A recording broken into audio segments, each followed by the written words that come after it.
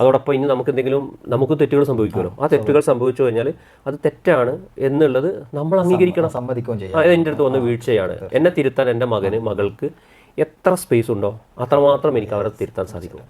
എന്നെ തിരുത്താൻ എൻ്റെ മക്കൾക്ക് സ്പേസ് ഇല്ലേ, ഒരു കാരണവശാലും എനിക്ക് അവരെ തിരുത്താനും എന്ത് ചെയ്യില്ല, സ്പേസ് ഉണ്ടാവില്ല. അപ്പോൾ ഉപദേശങ്ങൾ കുട്ടികൾക്ക് തീരെ ഇഷ്ടമല്ല, സ്വാഭാവികമാണ്.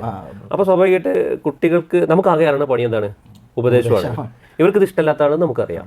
പക്ഷെ അതിലേറ്റവും നല്ലൊരു മാർഗ്ഗം എന്ന് പറയുന്നത്, എൻ്റെ അടുത്തൊരു വീഴ്ചയും തെറ്റും വരുന്ന സമയത്ത് ആ തെറ്റും വീഴ്ചയും ഉപ്പാദ് പറഞ്ഞ് ശരിയല്ല, ഉമ്മ ശരിയല്ല എന്ന് എൻ്റെ ഇണ പറഞ്ഞാലോ എൻ്റെ മക്കൾ പറഞ്ഞാലോ അതിൽ ന്യായമുണ്ട് എങ്കിൽ ഞാൻ എന്ത് ചെയ്യണം, ശരിയാണ്, എനിക്കങ്ങനെ പറ്റിപ്പോയി, ഇനി നമ്മൾ എന്ത് ചെയ്യും?